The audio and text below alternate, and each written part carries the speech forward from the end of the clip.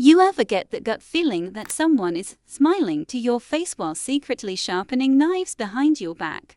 Well, that someone was my mother-in-law.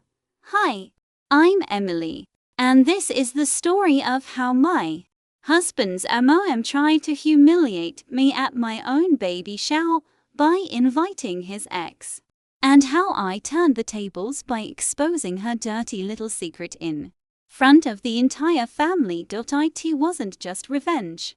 It was survival, because when you're pregnant, vulnerable, and relying on family support, the last thing you expect is for your husband's own mother to betray you.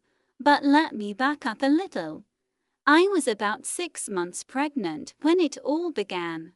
It was my first child, and despite the morning sickness, swollen feet, and endless cravings for pickles dipped in peanut butter, yes, don't judge, I was glowing. My husband, Daniel, was over the moon. He'd rub my back every night, whispering about the little boy or girl we'd soon hold in our arms. We didn't even know the gender yet, but it didn't matter. We were just happy. At least I thought we were. The thing is, when you marry someone, you don't just marry them. You marry their family. And in my case, that family came with baggage that wore pearl earrings, a stiff smile, and went by the name of Margaret. My mother-in-law, Margaret, was complicated. To outsiders, she was this picture-perfect, church-going, community volunteering, cookie-baking MOM. But to me, she was a storm in heels. She had a way of looking me up and down like I'd never be good enough for her precious son. She'd sprinkle in compliments with insults, like, "Oh Emily, you look lovely today. Pregnancy really makes your cheeks fuller."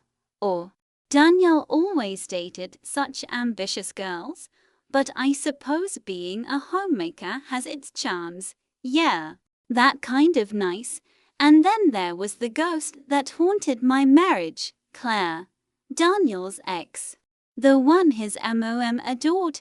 Even after we were married, I'd catch Margaret mentioning Claire. "Oh, Claire just got promoted at the firm. Such a smart girl." Or, "Claire always wanted to have a big family. She would given Daniel beautiful children." I mean, hello. I was literally carrying his child inside me. And she still acted like Claire was the one that got away. Daniel would roll his eyes and say, "Ignore her, babe. You're my wife. You're the one I love." And I believed him. I really did. But every time Margaret brought up Claire, it was like she was planting seeds of doubt, watering them with her smug little smirk. When it came time to plan the baby shower, I thought maybe, just maybe, this would be a chance to build bridges.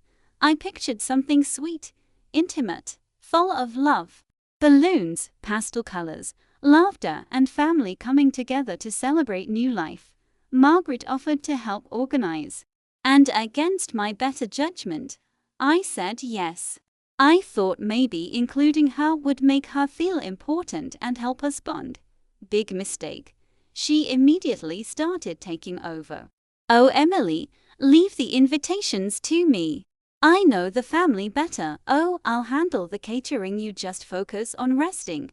It sounded generous, but something about the way she dismissed my input made me feel like I wasn't the MOM to be just a guest at my own shower. Still, I bit my tongue. For Daniel, for the baby, for the illusion of family peace. The first real red flag came when I asked Margaret for the guest list. She brushed me off. "Oh, don't worry about that, sweetheart. It'll be a surprise. Everyone you'd want there will be there." That word "want." The way she said it made me uneasy, but I let it go. I told myself I was overthinking. Hormones, maybe. Little did I know she wasn't just planning a party. She was planning a performance. And I was about to be her victim. The night before the shower, I couldn't sleep. My baby kicked constantly, like he or she already knew something was coming.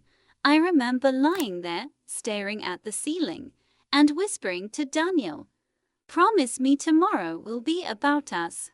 Just us and our baby. No drama." He kissed my forehead and said, "I promise. Nothing's going to ruin this day." Oh, how wrong he was.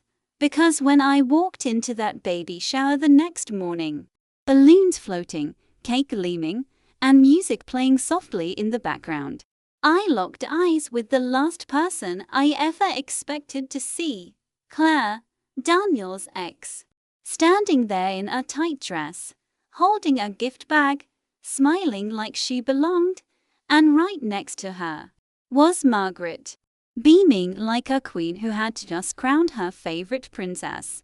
I froze in place, clutching my belly like I needed to shield not just my baby, but myself. Claire, of all people. She looked perfect, of course, hair curled, makeup flawless, her perfume hitting me before her words did. "Emily." She sang out like we were long-lost friends. "Congratulations. I wouldn't miss this for the world." My mouth went dry. I could barely force a smile. I glanced at Daniel, who looked like someone had sucker punched him. His eyes darted from Claire to his mother, then back to me, like he was trying to calculate how fast he could disappear. And Margaret, oh, she was in her element. She wrapped an arm around Claire's shoulders and proudly announced to the room, "Everyone, look who's here. Isn't it wonderful Claire could join us today? She's practically family." Practically family. Those words stabbed me deeper than I expected. I wasn't just pregnant, I was hormonal, emotional, and exhausted. And here was my husband's ex being paraded around like she was the one carrying the first grandchild. I forced myself to breathe to stay calm. I wasn't going to give Margaret the satisfaction of seeing me crack. But inside, my chest burned with humiliation. The shower went on, but it wasn't mine anymore. It was like the spotlight had shifted. Guests who should have been fussing over me kept drifting toward Claire, listening to her stories, laughing at her jokes. She kept finding ways to slip in little comments too. "Oh, Daniel and I used to love this bakery. Did you pick the cake from there, Margaret?" Or, "I remember when Daniel and I talked about baby names, we always thought Olivia was beautiful." Every time she said Daniel and I wanted to scream. She wasn't just reminiscing, she was rewriting history, reminding everyone of the version of my husband she thought belonged to her, and Margaret encouraged it. She'd nod, smile, and squeeze Claire's arm like they shared some private bond I could never touch. At one point, Claire even handed me a gift bag with a delicate little onesie inside. Embroidered across the chest were the words "Daddy's favorite." She smirked as she passed it to me, like she knew exactly how much that tiny piece of fabric would sting. I excused myself to the bathroom just to breathe. I locked the door, stared at myself in the mirror, and whispered, "Don't cry. Don't let them see you cry." I wanted to march out there, grab Claire by the arm, and throw her out. I wanted to confront Margaret and demand what she was thinking. But the truth was, I didn't want to ruin the day even more. Guests were laughing, snapping pictures, eating cake. If I made a scene, I knew somehow I'd be painted as the villain. When I finally stepped back into the party, I noticed something strange. Margaret had slipped away. She wasn't mingling or cooing over the diaper cake anymore. She was gone. At first, I thought maybe she went to grab more plates or check the catering. But a few minutes later, as I went to the kitchen for some water, I heard her voice. Low, hushed, urgent. I paused near the pantry door, my heart pounding. She was on the phone. "Yes, I miss you too," she whispered. I wish I could be with you now, but you know I can't. Not yet. My stomach dropped. Her tone wasn't motherly or casual. It was intimate. She laughed softly. Don't worry, I'll see you soon. You know I can't resist you. I stepped back before I made a sound, my pulse racing. My mind scrambled to process what I'd just heard. My perfect, holier-than-thou mother-in-law was having an affair. Suddenly, Claire's presence made sense in a whole new way. Maybe this wasn't just about humiliating me. Maybe it was a distraction. If everyone was talking about the ex-girlfriend at the baby shower, no one would ever suspect Margaret of sneaking around. When she walked back into the kitchen, she nearly bumped into me. For a split second, her eyes widened, like she thought I might have heard. Then she plastered on that fake smile. Everything all right, dear? I smiled back, just as fake. Perfect. But inside, I was already planning. The baby shower dragged on. Guests left with little goodie bags, smiling and thanking Margaret for such a wonderful event. Not one person realized I'd been sidelined at my own celebration. Not one person saw the way Claire smirked when she hugged Daniel goodbye, whispering something in his ear that made him stiffen. By the time the last balloon had deflated and the last plate was cleared, I was exhausted. Not just physically, mentally, emotionally. That night, as Daniel helped me into bed, I wanted to tell him what I overheard. I wanted to shout, "Your mother is cheating. She's a hypocrite. She tried to humiliate me, and I know why." But I didn't. Instead, I stayed quiet. Because deep down, I knew something. Timing was everything. If I confronted Margaret too soon, she'd deny it, twist it, make me the liar. But if I waited, if I gathered proof, I could destroy her perfect image once and for all. So while Daniel slept, I lay awake with my hand on my belly, whispering to my unborn child, "Don't worry, sweetheart. Mommy's not weak. Mommy's just waiting." And that was the moment I decided. My mother-in-law thought she had embarrassed me by bringing Claire. But she had no idea the storm I was about to unleash, because if she wanted a show, I was going to give her one, and when it was over, no one would remember the baby shower. They'd only remember the day I exposed Margaret for who she really was. The next morning, sunlight poured through the curtains, but it didn't bring peace. My head was buzzing with the sound of Margaret's whispering voice from the night before. Those words, "I can't resist you, not yet," echoed like a song I couldn't shut off. Daniel was cheerful, almost naive, as he helped me out of bed. "You did amazing yesterday," he said. Everyone had such a great time. I bit my tongue. Did he really not notice how his mother had hijacked the entire event? Did he not see Claire clinging to his arm, smirking at me across the room? Sometimes I wondered if he just didn't want to see it. But I wasn't about to fight with him. Not yet. I had bigger battles to plan. After breakfast, while Daniel went out to run errands, I sat with my laptop at the kitchen table. My belly rested against the edge of the wood as I searched through social media. Margaret's Facebook was squeaky clean. Family photos, holiday dinners, smiling selfies at charity events. Not a hint of scandal. But I wasn't looking for her. I was looking for slip-ups. I remembered the tone in her voice. The way she said, "See you soon." That meant whoever she was seeing wasn't far away.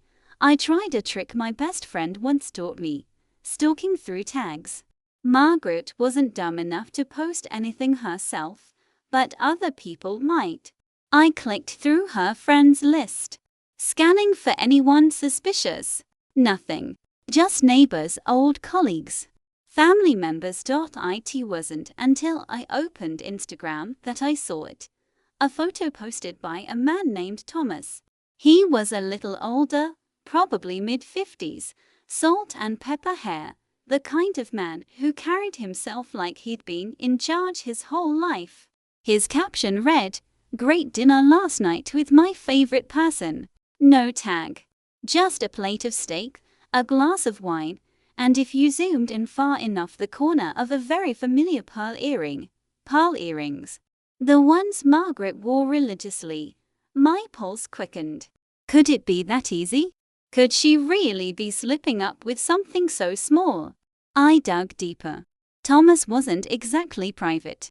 His page had pictures of boats, golf clubs, and fancy restaurants. And every few weeks, there'd be a photo like that. A meal for two, a glass of champagne, captions about special nights. No faces but his own. But enough hints to tell me Margaret wasn't just sneaking around. She was living a whole second life. I wasn't ready to tell Daniel yet. Not until I had undeniable proof.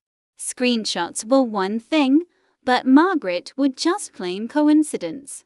Claim it wasn't her. I needed more data, so I started paying attention.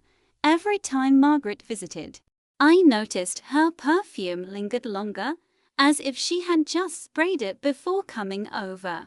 She'd show up late, dressed a little too nice for just errands. She'd check her phone constantly, smirking at texts she never shared. One afternoon, when she came by unannounced to drop off a casserole, she left her purse on the counter.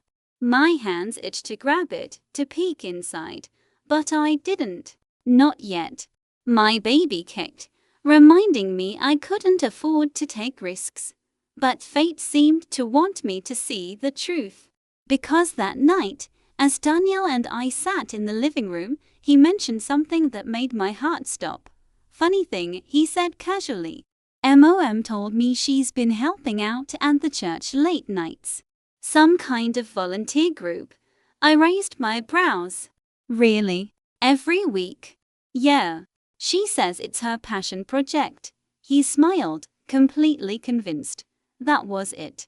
The lie. The cover story. The so-called church volunteering. I smiled back, but my mind was already racing. If she was sneaking out at night under the guise of holy duty, then she wasn't just cheating. She was using family trust as her alibi, and that, I realized, was my ticket. I'd let her think she was fooling us. I'd let her smirk at me across dinner tables and parade Claire around like some prize. Because while she played her games, I'd be watching. I started small. I asked her casually about her church group, pretending to be supportive. She was quick with details, too quick. She rattled off names of people I'd never heard of, events I couldn't find on any real church bulletin. The next week, I tested her story. "Oh, maybe Danielle and I could stop by one night, bring cookies," I said sweetly. Her face tightened for just a second before she smiled. "Oh no, dear. It's a very private group. Strict rules." I laughed inside. Strict rules. Sure. By now, I had enough suspicion to act. So one evening, when Daniel was working late, I grabbed my car keys. My belly was heavy, my back sore, but I didn't care. I was going to follow her. I parked down the street from Margaret's house and waited. Around 7:45, her car pulled out. She was dressed sharp, makeup flawless, heels clicking as she climbed into her SUV. Definitely not volunteer group attire. I followed at a distance, heart pounding with every turn. She didn't head toward the church. She didn't even pretend. Instead, she drove across town to an upscale restaurant with valet parking, and there he was, Thomas, waiting outside, bouquet of roses in his hand. Margaret stepped out of her car, and the way she smiled at him, it wasn't the polite smile she gave me. It was softer, warmer, hungry. He kissed her cheek, handed her the flowers, and led her inside like she was the queen of his world. I gripped the steering wheel so hard my knuckles turned white. I wanted to storm inside, drag her out, scream at the hypocrisy. But I didn't. I stayed hidden. Because the power wasn't in confrontation. The power was in patience. I snapped photos from my phone. Margaret accepting the flowers. Margaret laughing at dinner. Margaret touching Thomas's hand across the table. Each shot was another nail in the coffin of her perfect reputation. When she finally left around p.m., I followed her back to her house. She looked radiant, humming to herself as if she'd just won the lottery, and maybe she thought she had. Maybe she thought she was untouchable. But I knew better. I had her secret in my hands now. And when the time came, I'd use it. As I crawled into bed that night, Daniel asleep beside me, I placed my hand on my belly again. "Don't worry, baby," I whispered. "Mommy's not just going to protect you. She's going to make sure no one ever treats us like second best again." Because Margaret had tried to humiliate me by bringing Claire to my shower. But what she didn't realize was that she'd handed me the very weapon I needed to destroy her. And I was just getting started. The days after the baby shower were tense. On the surface, things looked normal. Daniel kissed me goodbye in the mornings, rubbed my back at night, and whispered about baby names when he thought I was drifting to sleep. But underneath it all, I could feel something festering. Margaret wasn't done. She started calling more often, dropping by with excuses like, "I just wanted to check on my grandbaby," or "I thought you might need some help around the house." But her help wasn't really help. It was her way of prying, of digging her claws deeper. One afternoon, she showed up unannounced again, this time with Claire. I was in the kitchen, halfway through making myself a sandwich, when I heard the doorbell. By the time I waddled over, there they were, Margaret with her smug smile, and Claire holding a tray of cookies like she belonged on the front cover of Perfect X Weekly. "Surprise," Margaret chirped. I thought it'd be nice to bring Claire by. She was just saying how much she missed seeing Daniel. Claire gave a soft laugh, eyes flicking past me into the house. "I just wanted to congratulate you again. And I thought maybe I could help out with the nursery. You know, share some ideas." I gripped the doorknob so hard I thought it might snap. "The nursery is handled," I said flatly. Margaret's smile faltered for just a second before she regained her composure. "Oh, don't be silly. 2 heads are better than 1, aren't they, dear?" I wanted to scream, to throw them both out. But instead, I stepped aside and said, "Fine, come in," because letting them in meant watching, observing. And every time Margaret underestimated me, she gave me more power. They sat in the living room, Claire flipping through a baby magazine like she was auditioning for the role of future stepmother. Margaret kept dropping hints too. "Oh, remember when you and Daniel went to the lake that summer, Claire? You two were inseparable." Or, "Claire has such good taste, don't you think she'd be wonderful at helping pick the crib?" I smiled, nodded, pretended. But my heart was pounding with every word. Daniel came home halfway through their little visit, and the look on his face was priceless. He froze in the doorway, eyebrows shooting up when he saw Claire lounging on our couch. What's going on here?" he asked. Margaret beamed. "Just a little reunion. Isn't it lovely?" Daniel's jaw tightened. We've talked about this." But Claire stood up, brushing imaginary lint off her skirt. "Relax, Daniel. I'm just here as a friend." She looked at me and smiled sweetly. "And as support for Emily. Pregnancy can be so overwhelming." My blood boiled.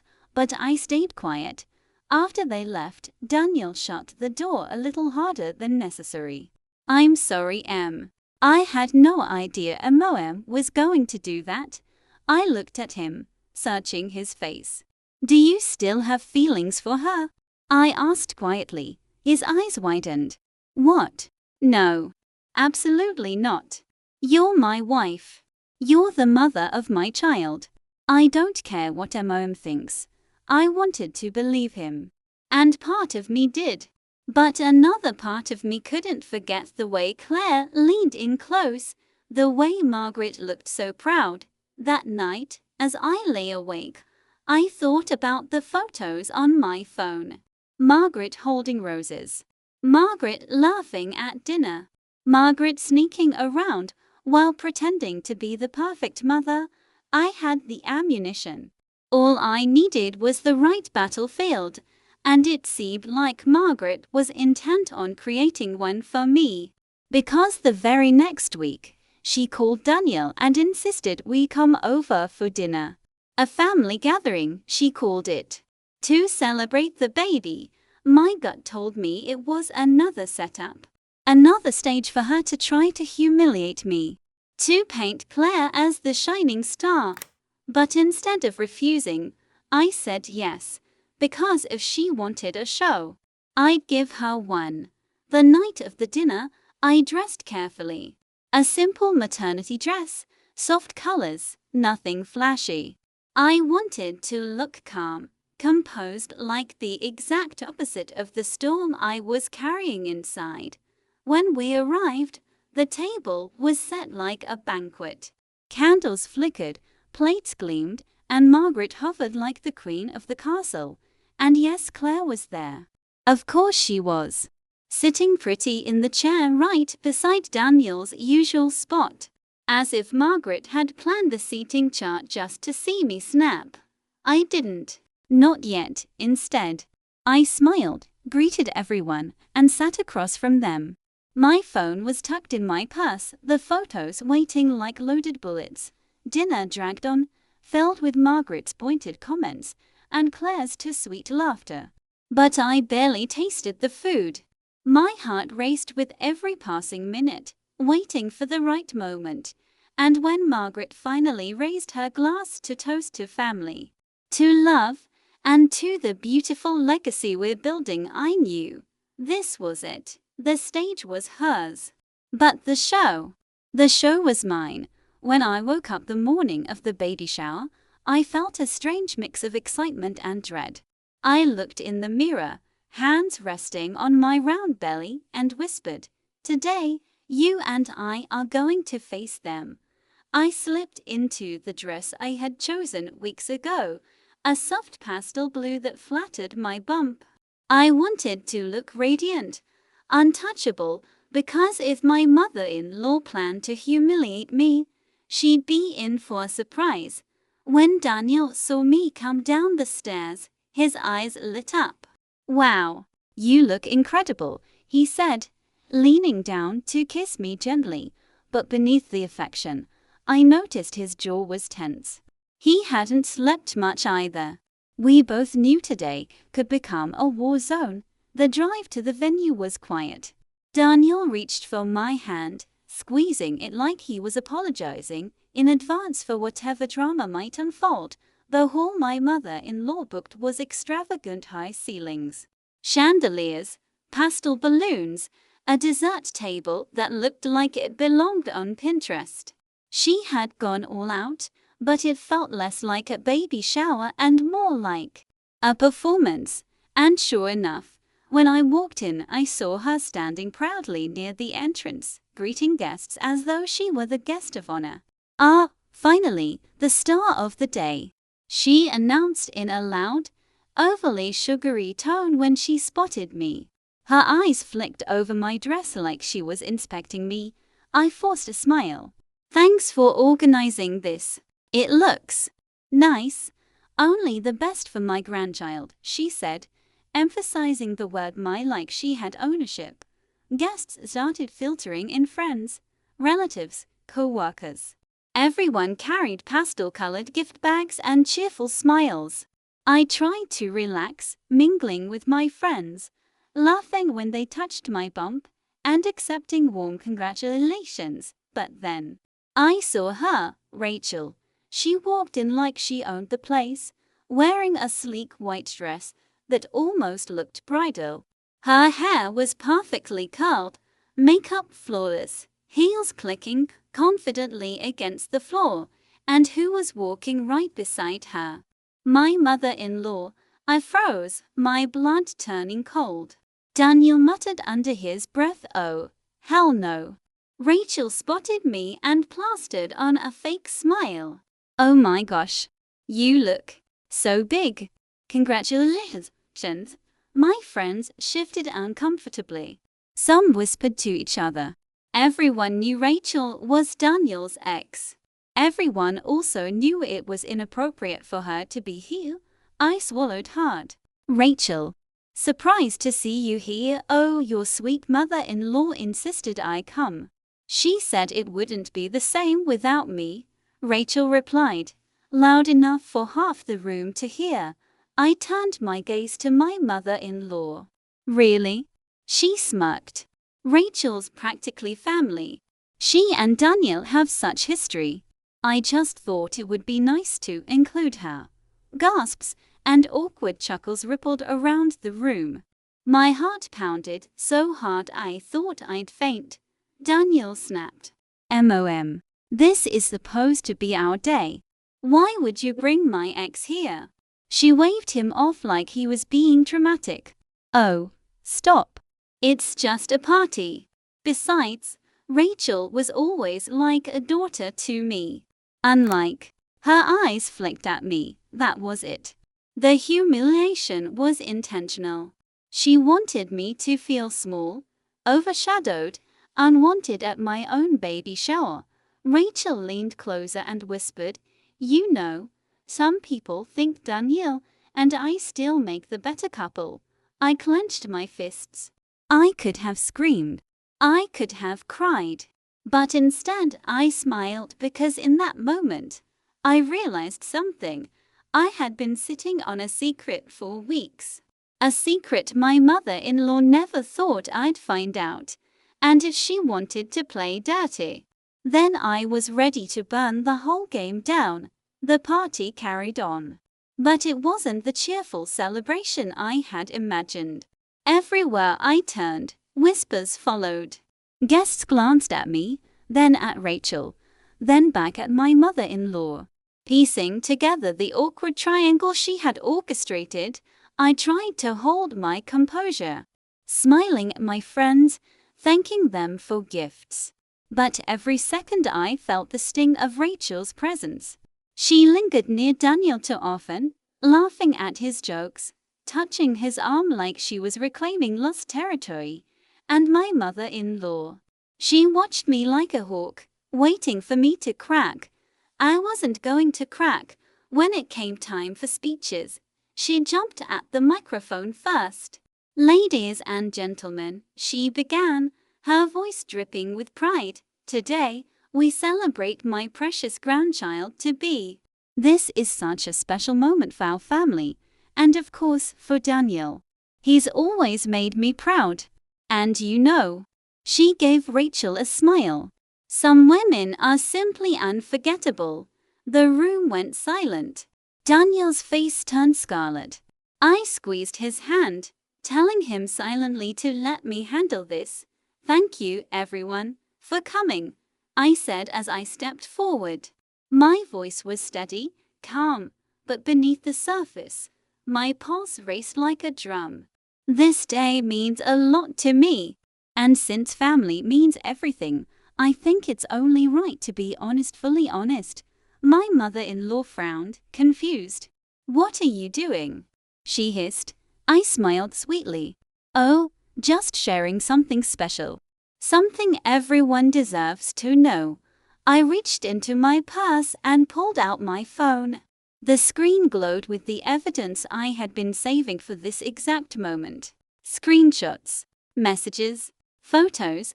Gasps spread through the crowd as I tapped the microphone and said, "See, while my husband and I have been preparing for our child. My mother-in-law has been busy too, she stiffened. Don't you dare, but I continued, holding my phone up for the front row to see. Busy having an affair with a married man. A man she promised she'd never speak to again. Recognize him. I swiped to the next photo, a clear picture of her kissing a man outside a hotel. The room erupted. People gasped. Some covered their mouths. Others whispered furiously. My mother-in-law's face drained of color. Daniel's jaw dropped. MOM. What the hell? Rachel's smirk vanished. She backed away, suddenly no longer the center of attention. My mother-in-law stammered, This is fake. She's lying. I tilted my head. Really? Because his wife is here today too. I thought she deserved an invitation. And right on cue, the back doors opened. And in walked a woman with fiery eyes, the wife of my mother-in-law's secret lover. Oh. Hello, Margaret, she said icily, striding toward her. Enjoying yourself? The room froze. The scandal had exploded like a grenade, and suddenly, my mother-in-law was the one under the spotlight. I placed a protective hand on my belly and smiled softly. Family should be about trust, love, and respect. Not lies. Not manipulation. Not affairs. And for the first time, she had nothing to say. The silence was deafening. The shame, unbearable, and just like that, the baby shower was no longer hers. It was mine. The hall was dead silent for what felt like forever. Then chaos broke loose. People started murmuring, louder and louder, until the whole room was buzzing.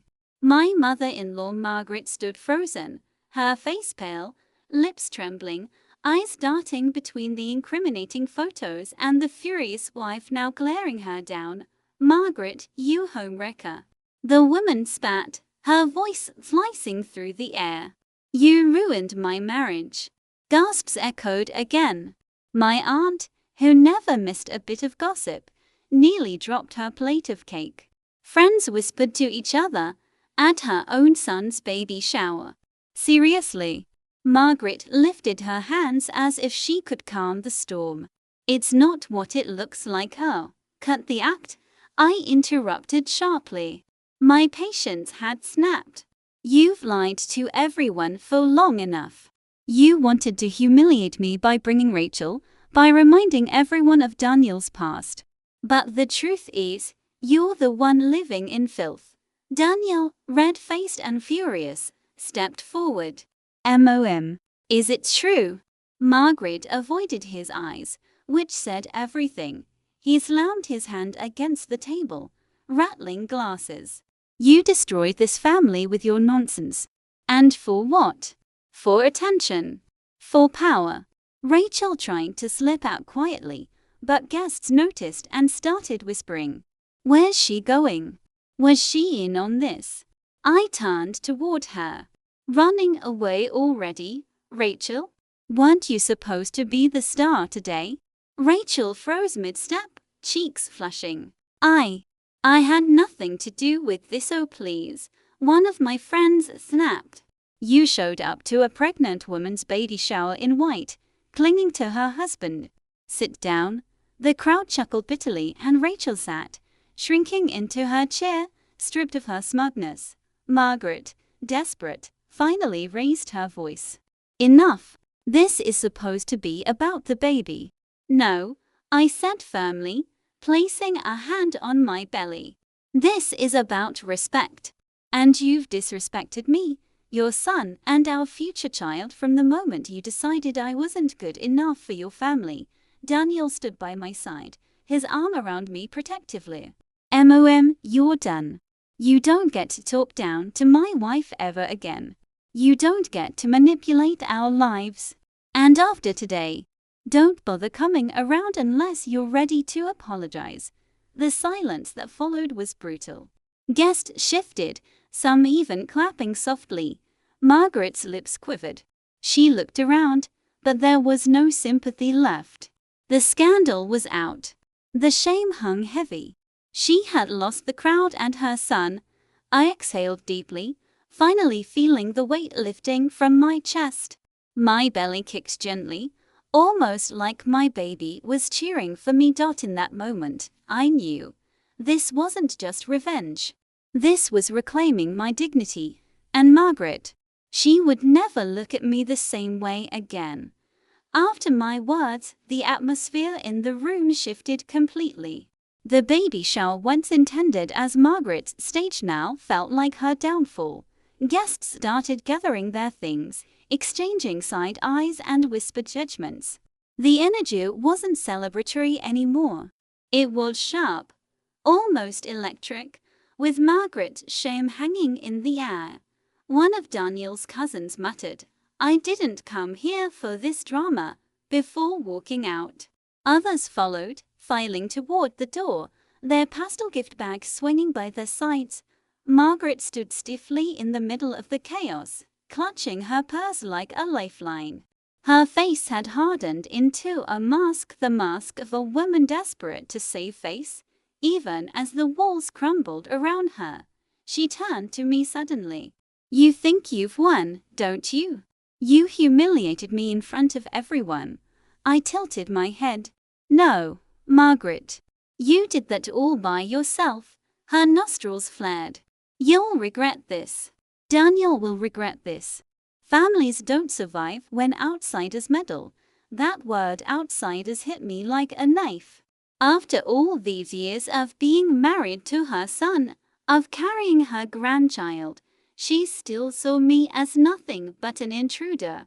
Before I could respond, Daniel stepped forward, his voice calm but sharp. "Mom, she's not an outsider. She's my wife. She's the mother of my child. And after today, if anyone is threatening this family, it's you." Margaret blinked, stunned. As if she'd never expected her son to finally take a stand, Rachel, still slouched in her chair, tried to salvage her dignity. "Maybe we should all calm down. This is supposed to be about," Daniel snapped. "Rachel, leave." Her mouth opened in protest, but the look on his face silenced her. She grabbed her clutch, shot me a glare that barely hid her humiliation, and stormed out.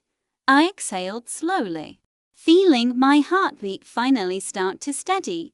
The guests, who remained mostly close friends and family who actually cared about us, came up to hug me, whispering words of support. "You were so brave. Don't let her get to you.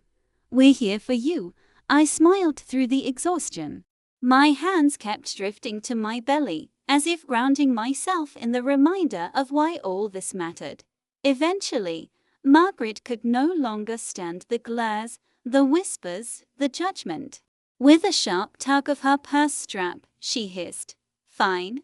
But don't expect me to forgive this betrayal." She spun on her heel and marched toward the door. The slam echoed through the hall, sealing her retreat. Silence lingered for a beat. Then one of my friends clapped her hands together nervously. "Sue, cake, anyone?" Laughter rippled through the remaining crowd, breaking the tension. Daniel wrapped his arm around me. "You okay?"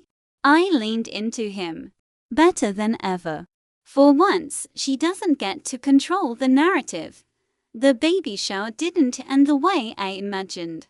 The decorations, the gifts, the games, they were all overshadowed. But deep down, I realized something important. This day wasn't ruined. It had transformed into something more powerful. A turning point. Because for the first time, Daniel and I were united. For the first time, Margaret had no control over us. And for the first time, I felt like I had truly stepped into my own power. The days after the baby shower felt strangely quiet. Too quiet. Daniel and I kept replaying everything in our heads, the whispers, the gasps, the way his mother's face had drained of color. It was like a movie we couldn't turn off. But as much as I wanted to move on and focus on the baby, I knew Margaret wasn't the type to accept defeat quietly. Sure enough, on the third day, she showed up at our house. I saw her through the window first, standing stiffly on the porch, her lips pressed into a hard line. She didn't come with flowers, or food, or even an apology. She came with a look that screamed war. Daniel opened the door but didn't step aside. "What are you doing here?" "I came to fix this," she said sharply, her eyes cutting to me like I wasn't supposed to be listening. "We need to talk, Daniel." "Alone?" I stepped forward. "Know anything you need to say to him? You can say in front of me." Her jaw clenched. "This isn't your business." Daniel's voice hardened. "She's my wife, Mom. Everything about me is her business." Margaret's face flickered with rage. She turned her attention back to him. "Your wife humiliated me. Do you understand what people are saying about me now? About our family? She's turned everyone against me." I folded my arms. "You did that all by yourself." "I just showed the truth." Her eyes narrowed at me. "You think you're clever, but you're tearing this family apart." Daniel stepped outside, closing the door halfway behind him so the baby and I wouldn't have to hear every word. But her voice was sharp enough to cut through. "You're choosing her over me," she hissed. "I'm choosing my wife and my child over your lies," Daniel shot back. "That's what being a husband and father means." There was a pause, then Margaret's tone turned cold, almost calculating. "Fine, but don't expect me to be part of this baby's life if she's standing in the way." "I won't be disrespected." My stomach twisted. She wasn't just hurt, she was threatening us. Daniel's reply was firm, final. "If that's the choice you're making, then you'll only hurt yourself. Because this baby will grow up surrounded by love, real love, not manipulation. If you can't provide that, then stay away." The door shut with a heavy thud, leaving her on the porch. I exhaled, realizing I'd been holding my breath. Daniel walked back inside, running a hand over his face. "She's not going to stop, you know." "I know," I said quietly, placing a hand over my belly. "But neither am I." Margaret's scandal had stripped her of her reputation. But now that she had nothing left to lose, I knew she'd try something reckless, something dangerous, and I had to be ready. Weeks passed, each day bringing the baby closer, and along with it, a sense of calm settling over Daniel and me. Margaret hadn't dared show her face, and Rachel hadn't been seen since the shocking baby shower. For once, the chaos was behind us. Or so I thought. One evening, as I rested on the couch with my feet up, Daniel by my side, the doorbell rang. My heart skipped a beat instinctively.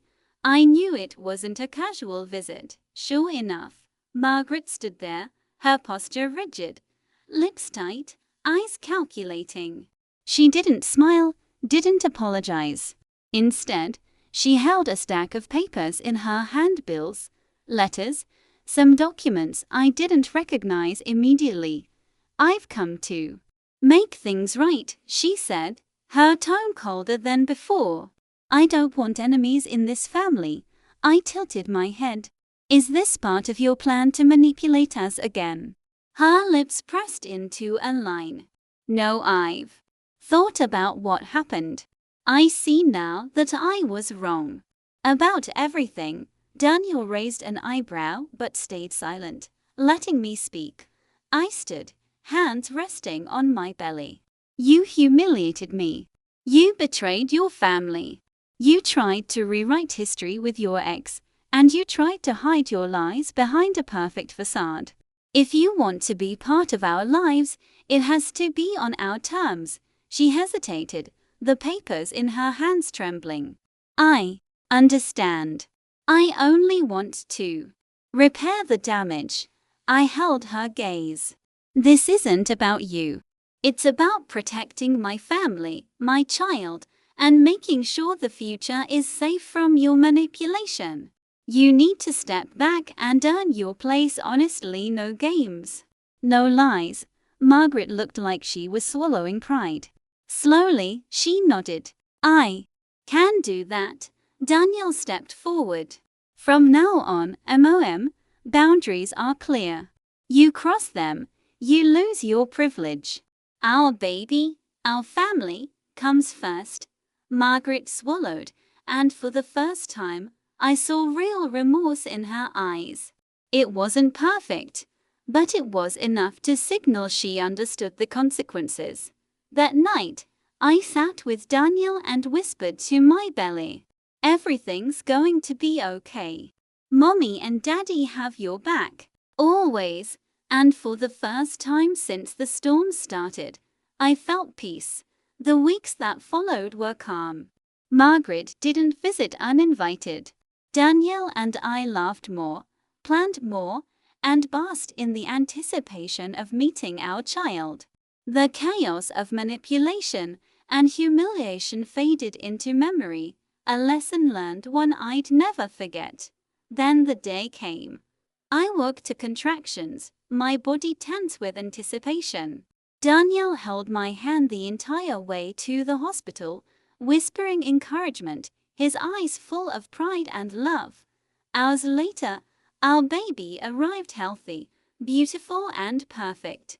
The moment I held my child, a surge of emotion swept through me.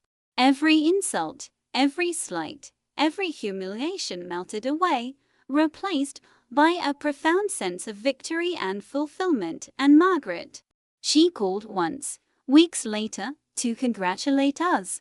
I let Daniel handle it, but I made sure the boundaries were clear. Respect first, games never again. As I watched Daniel cradle our newborn, I realized something profound. Revenge had been sweet, exposing the truth, reclaiming my dignity, but the real victory was peace. The real reward was protecting my family, my child, and my future from manipulation and lies. And that's exactly what I did. No more drama. No more games. Just us, a new life, and the knowledge that I would never allow anyone to make me feel small again. Thanks for watching. Hoped you liked it.